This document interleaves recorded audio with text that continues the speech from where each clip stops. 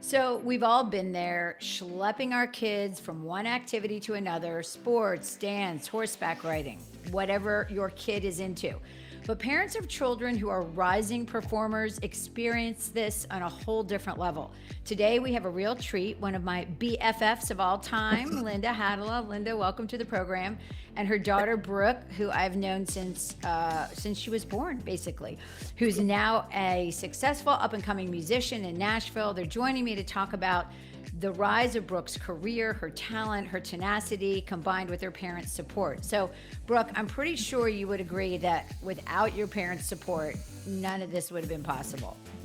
Yeah, 100%. My parents are the best, and especially in the music world, it's tough out there. So having my parents' support is absolutely amazing. Very grateful for it. And, I was lucky enough to watch it firsthand when you were growing up, to see all the Yeah. stuff that your parents did for you. And, we all do a lot for our kids. I mean, obviously. But I think being in the entertainment industry kind of brings it to a new level, especially when you have two working parents. Linda, let's just start with you and your background and kind of your career that was, you were in this kind of very fast paced, intense career as Brooke was growing up, and you were helping her with her career. Absolutely. Yeah.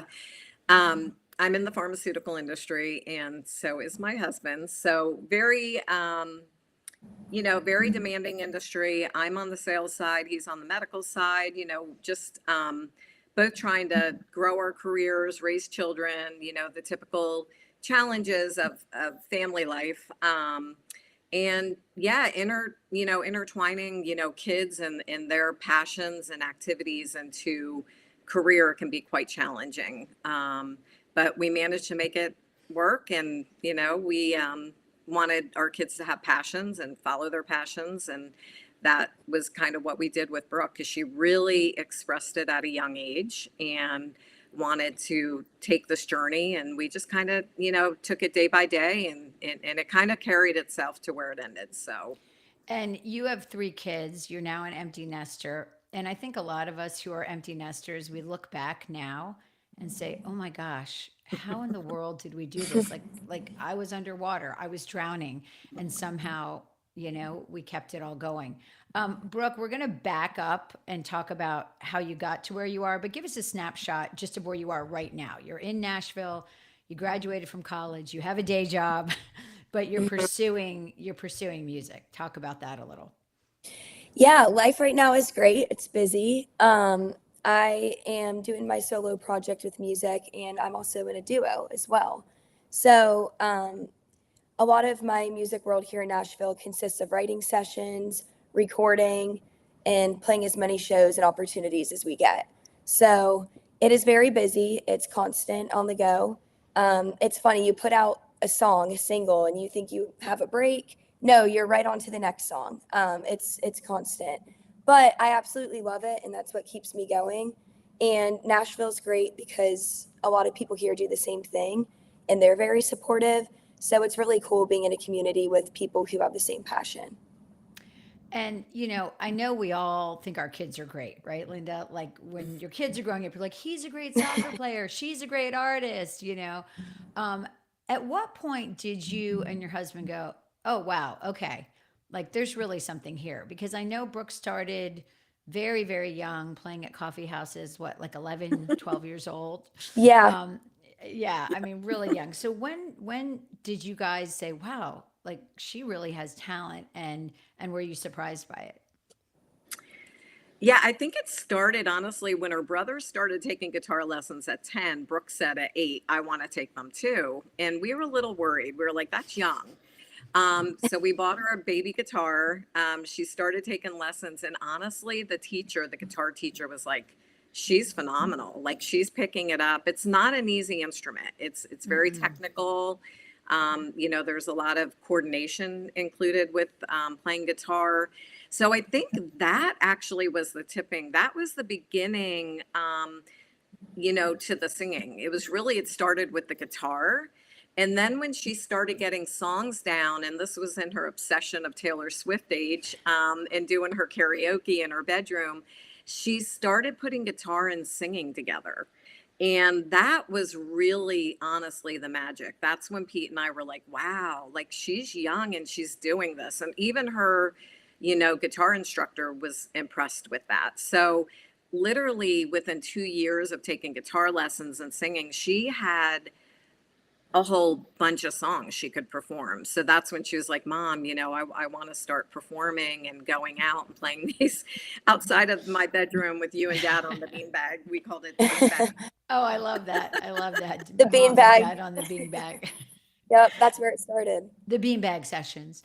Yeah, the Yep. beanbag sessions. So, I'm sure, Brooke, when you were young, your parents were probably like pat you on the back and, oh, that's so cute. Brooke made a Yeah. song.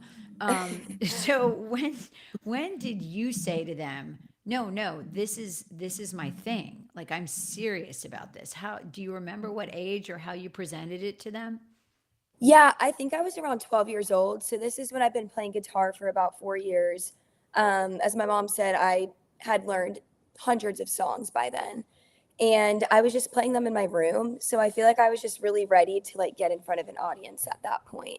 I love my parents, they're great, but at that point I was like, all right, I want to play for more than two people. I Um, gotcha. so I would say around then, and yeah, it's been great. And obviously, we were your next door neighbors. So we Yes. came to your events wherever you were, a restaurant, a coffee house, a festival. And you played a lot for family gatherings and parties. You would come and play at our parties and your parents' parties. Yep. Um, where did you get your inspiration at such a young age? I mean, how in the world is a 12-year-old, writing what could be best described as, songs about love? A lot of them, obviously, because that's what a lot of songs are about. I mean, how did you come up with the ideas? Yeah, well, I think starting from the beginning, I got inspired by music because of my brother Connor. And I like to say that because it's so true. When I was little, I loved to do everything Connor did. I always looked up to him. So when he took guitar lessons, I was like, I want to do that. So I followed in his footsteps, and it was just crazy to see how much it developed from there. And I think when I was again like 12, 13 years old, when I started playing shows out, that's when I got really inspired because I had a lot of people around me supporting what I was doing. And that really inspired me to, keep growing in my music world and writing songs. And I think a lot of it too was just being in high school and middle school, all the emotions I was feeling. I was the kind of kid that would journal and write everything I was feeling. And I think that's where the songs really came from. And I've heard so many times, and I'm sure you've heard this, that being successful in the entertainment industry is half talent and half tenacity. Yeah. And I mean, from a really young age, you had so much tenacity. And Linda, was anybody other than your kids? I mean, are you and your husband musical? How in the world? Where did this come from? No, I played the flute, and as you know, you can't sing and play the flute. So there was no singing going on in my career of flute playing. Pete played the saxophone a little bit, and our parents both made us take instruments when we were middle school, and actually Pete's dad was in a band in college. He went to Fordham University, and he actually had the Bob Hatala band, and he showed us recently a flyer that they put up throughout New York City, advertising his band. So I really think she did get that musical talent and just grit from her grandfather, because that's what he did in college. So it So just skipped a generation. It it just skipped a It generation. skipped a right over generation. you guys. Oh My yeah, mom because loves to say that she played the flute, though. Well, yeah. and I don't know if you remember, Linda. Do you remember the recorder? It was something we Oh played. yes, It was like a little yes. plastic instrument that we played in like music class. Yeah, and I could play "Ode to Joy." That was it, Oh just yeah. "Ode to Joy," nothing else. Brooke, we've talked a little bit about where you started, so the coffee houses and the festivals and the restaurants. You guys had to do this as a family. I mean, Linda, you and your husband, you drove her there, you made the deals, you broke down the equipment, you set up the equipment. What was that like for your family and for your life? I mean, how did that all work? Well, the crazy thing is she played at like some summer concert in the park series. One of her actual mentors, Katie Garfield, invited Brooke, and so Brooke, it was at Lake Johnson, and Hmm. Brooke went and was like one of her Katie's guests, And everyone was so impressed by Brooke's talent at such a young age that even the guy that set up the concert series was there and then asked Brooke, would you want to do your own? And it kind of really started with that. So we had to go buy a sound system. We bought a Bose, like, amp with a mic. I mean, so it's not like you really have to, kind of get prepared. If you're going to perform out, you have to have your own equipment. And then Brooke, we came up with business cards and, signs for her so people could find her on social media. So it really was kind of it jumped us into a marketing campaign for Brooke because she started doing these and then she started getting paid for them and realizing like, oh, wow, this is not a bad situation. I can make pretty good money doing this. So it became kind of a little bit of a business. And we just supported her, I mean, we fronted her up front with the money to buy the Bose amp and to get what she needed. But as she started performing and making money, she paid us back and she started her own little business, Brooke Hatala Music. And so it took involvement, definitely by her parents, but she really took it on and made it into, what it is today and took it, to so much higher levels. But she made fairly good money in her teen years, performing all over Raleigh. And yeah, and I mean, it sounds like you all leaned in, the whole Yeah, family we leaned in. We had to. Mhm. Yeah, and you learned a lot because I mean, who knows anything about this industry, Yeah, if it's I not didn't your know a thing job, about it. right? Yeah. Exactly. Yeah. I Um, mean, other than the marketing and helping her with that part of it, but yeah, we did not know a thing about the music industry, and Yeah. we're still learning about it. You don't I'm know till sure. you're in it, honestly. Yeah. I'm sure. And, you know, Brooke, I'm sure when you were young, it was hard to realize how much your parents' support meant to you. What does it mean now as an adult looking at the sacrifices they made and especially a mom who's a working mom, right? And who has a Hmm. huge responsibility at home and at work, being there to support you. I mean, what does that mean to you? Yeah, well, I admire my mom so much. She's one of the most hardworking people I know. So I always look up to her and I want to follow in her footsteps. And I appreciate it so much more now that I'm older. I was always thankful when I was little. They'd take my Bose amp to gigs, help set it up. They'd stay there. I'd play 3 hours. They'd be there every minute of that gig. And they'd help promote the show, bring their friends out. They've been there since the beginning. But I feel like now that I'm older, I just really appreciate what they've done for me and the sacrifice. Because both of my parents, they're working hard. They have full-time jobs. I've got two other siblings, and I wouldn't be where I am today without their support. So it really does mean the world. There's a stereotype about stage moms, right? That stage Oh yeah. moms are, yeah, they're trying to get their daughters or sons, but mostly daughters to be in the spotlight, to become famous, to make money. Yeah. They're kind of pushy. And I can tell you from knowing Linda throughout this whole experience that she was never like that. And she basically always said, it's all about what Brooke wants. If it ends tomorrow, it's been fun. She's learned a lot. And you've never, I would say, Linda, you've never projected what you want or what you believe she should do onto her. It's always been about what she wanted. How were you able to do that? Because I'm sure you've met some stage moms that are not like Oh that. yeah. Hmm. Oh, absolutely. This was definitely all Brooke's initiative. She was always driving, the ship. I was just supporting her. That's, I think, really the key to this. If a parent pushes a child into something like this, it's a very tough industry. You have to have a lot of grit. There's a lot of highs and lows. Performing's different, but it's really when you take it beyond performing, it's, getting opportunities and bigger opportunities. And some of those work out, some of those don't. So you really have, you have to have the grit, and that has to come from the artist, the child, or whoever, you're supporting, in my case, Brooke. And I never, pushed her. I was just there to help her and support her and to kind of, make sure the choices she was making were good ones, obviously, because this industry, you have to be careful. You have to navigate people on social media and different things, comments and even just environments of where she would get opportunities. Some worked out, some did not. And so it was a team effort, but Brooke was the driver. She was the one with the passion. I was just supporting her. Brooke, talk about some of the opportunities that did and did not work out. I know you uh, were on The Voice, right? Yes. And American Idol Hmm. and some of these shows. Talk about what that experience was like because you were really young with The Voice, especially. Yeah, when I did The Voice, I was actually one of the youngest contestants at the time. So it was a great experience. I wouldn't trade it for the world. I learned so much. I met so many incredible people. But when you're young and you're on The Voice, it's like this big moment. And I had dreamed of that since I was a little girl. And I had a great experience. I got to play in front of four coaches for the blind audition. And there were like four auditions up to that actual moment. So the fact that I made it there at such a young age is crazy.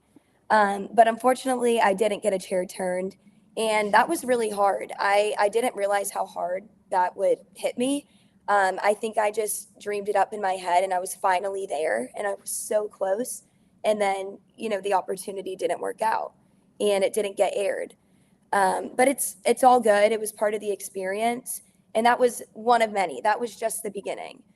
There are lots of highs and lows. I'm still facing them, and I know no matter where I go in my career, I'm still gonna have ups and downs. Um, I think personally, right now, the main thing is there's so much talent, and it's getting out there. Like, how do I stand out and get a bigger audience? So I think it's tough. It takes a village of people and it takes a team. It takes a really good team. You need a booking agent, a good manager, a good producer, like tons of people behind you to really make this work. And I just think it takes some time to find the right people. And there's a lot of ups and downs throughout that journey of finding them. And I think, were you 15 for The Voice? Is that right? Yes, I had Okay. just turned 15. Yeah, she was Wow. 14 when she was auditioning. And it Yeah. used to be you couldn't even be on the show until 16, but they lowered the age that year. And, Brooke made it. And, Hmm. that, we had to go out. People don't realize, but we had to go out to LA for almost a month. I had to take a Yeah. leave of absence with my job to go out there with her. And like you said earlier, I have two other kids. I had a Right. son in high school and another son in middle school. And it was tough because, it pulled me away from them. So that was quite an investment of time and energy, but it was worth it. I mean, she didn't get a chair turn and she didn't actually go where she wanted to go on the show, but it's probably a blessing. She was so Mhm. young. And, we look back now and we're like, the kids that are on it at that age, I mean, it's sometimes even more of a challenge because, they're in the social media limelight and dealing with that.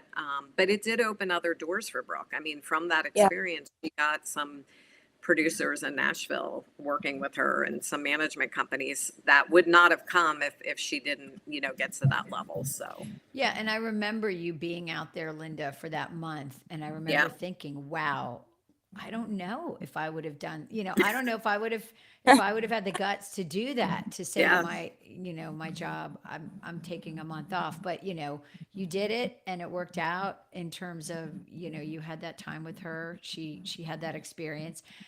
Didn't you opened for Willie Nelson at a very young Yeah. age, right? That was crazy. Yeah. Talk about that a little, because I remember that. That was crazy. That's a highlight of my Yeah. career. I mean, that was super cool. It was at Cocoa Booth Amphitheater in Cary, so right down the street from us, and that was just super fun. I feel like that was a moment where all my hard work paid off because I had family and friends. I had everyone there, and they just got to see that moment, and that was such a special show. And I was nervous. I mean, that was a big crowd. I went from playing coffee shops and open mics and little festivals to that. But that was the greatest show. And again, how old were you?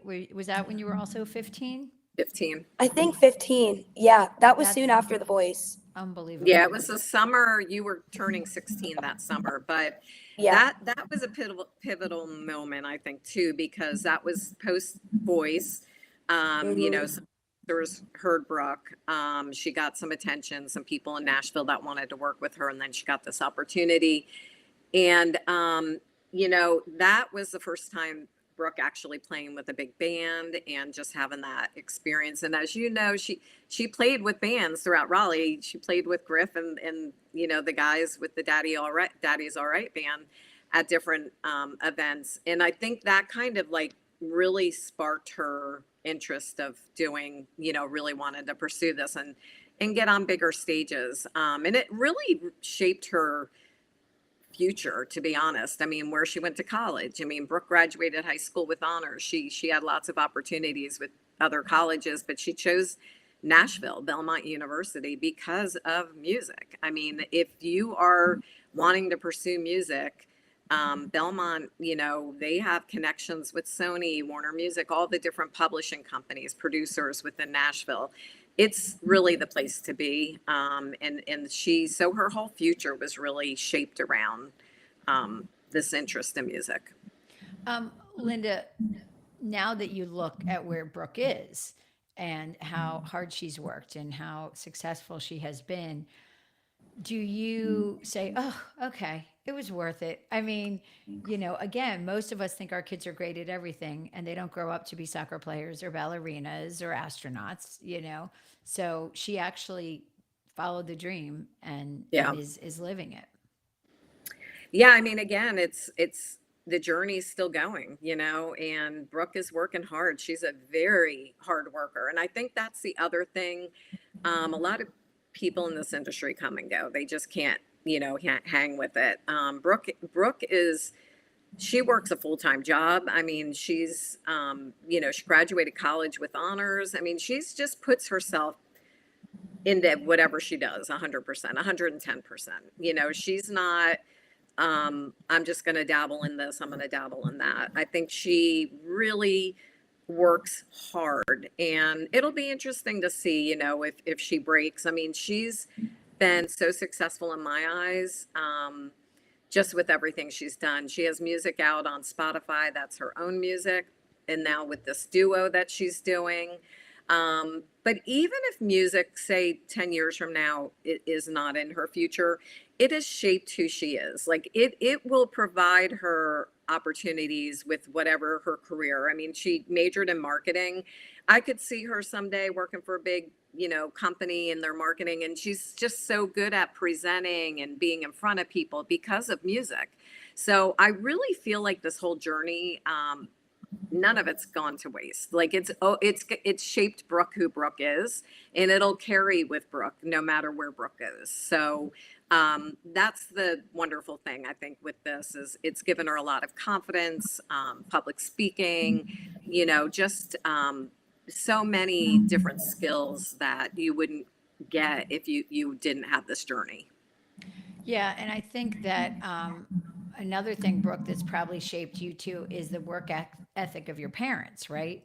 So Yeah. you see how hard they've worked. That's made you want to work. A lot of the people that listen to this podcast are women in midlife, so maybe parents of up and coming, entertainers. Brooke, what advice do you have for parents who might have a child like yourself about how they should help support them but not be overbearing? Ooh, that's a good question. Um, the advice I would give parents is, let their child be who they are and support them as much as they can be. But at the end of the day, be with them through the good, the bad, and everything in between. I just think a parent that's there for their kid throughout their journey from the start to the end is so special. And I just think support is the biggest thing they can offer. Yeah, I mean, when you think about it, we always say we just want you to be happy, and that's what our parents told us. Yeah. But we never believed it when we were growing up, and I'm sure the next generation doesn't believe it either, right? You think, oh, Yeah. my mom wants me to be famous, my mom wants me to be this, but in reality, that's couldn't be further from the truth, right? It's about just wanting your kids to find something they love and to work hard at it, and to Hmm. to to maybe hopefully be successful in whatever way they want to be successful. Brooke, tell us what's next for you. I mean, tell us a little bit, because we really haven't talked about what kind of music you play. So tell us what kind of music you're working on and what you hope is next. Yeah, so the lane I'm going in is country Americana. And again, I have my own Brooke Hatala music thing going, and then Somewhere Blue. And that's a duo with my friend Noah Pelty. And that's the country Americana duo that we're going for. Super excited about both of them. Again, I'm chasing both. I'm putting it all out there. That's what you have to do in this industry. You just have to work hard, stick with it, and put everything out there. So what I'm doing right now is recording. I'm continuing to put out music on Spotify, Apple Music, all the platforms. And the biggest thing is playing shows. I'm playing shows in Nashville. I'm getting some shows outside of Nashville, and just getting out there and sharing my music in front of as many people as I can. Yeah, and that's interesting because I feel like we moved into this streaming world, which is so different, right, than Yeah. when we were growing up buying tapes, eventually CDs, albums, all that stuff. And yet the live performance is still the thing, right? I mean, that's still the thing that Hmm. gets your name out there more than anything else. Yeah, it's true. And Linda, same question for you as I asked Brooke, but the opposite. What advice do you have for parents as a parent who has raised a child in the entertainment industry? Yeah, I think just like Brooke said, just be supportive, don't be pushy. Let the path take them where the path is going to take them. Doors are going to shut, but new opportunities and new doors will open. So I think a lot of just support, encouragement, sometimes redirection, because when an opportunity does close, sometimes it can be very tough. So just really being there, being supportive and loving, but being realistic too. Like Pete and I knew we wanted Brooke to get a college degree. We knew that music is a great career opportunity for her. She has a passion for it, but we also wanted her to get a college degree because we didn't want her moving to Nashville and just waiting tables and gigging. I just didn't want that for my daughter. I wanted her to have a degree to lean back on that, later in life, if music doesn't work out, she's got a degree. She can have a career outside of music. She's a very smart girl. She's very talented. So again, I think as parents, you need to support, but you also need to be realistic. Yeah, those are all really good pieces of advice.